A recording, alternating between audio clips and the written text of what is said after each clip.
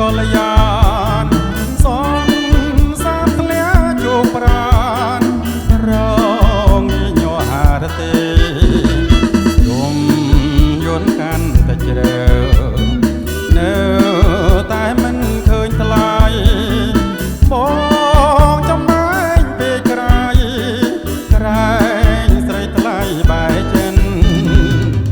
យកលអើយសូមផ្ញើបនដាំ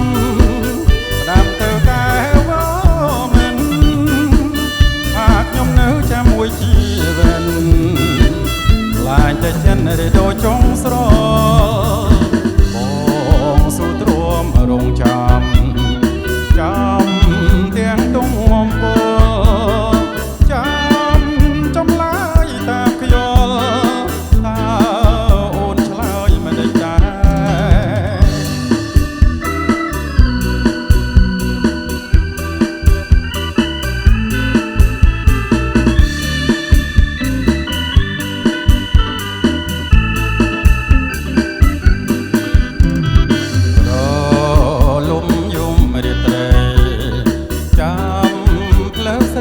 កល្យានសន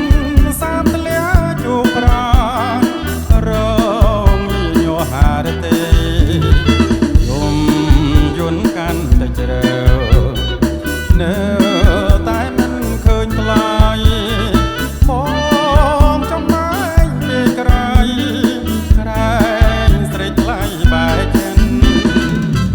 យកលអើយសូមផ្ញើបនដាំទៅកែវមិនថាខ្ញុំនៅចាំមួយជីវិតមិនប្រែចិនឬដូចចុងស្រ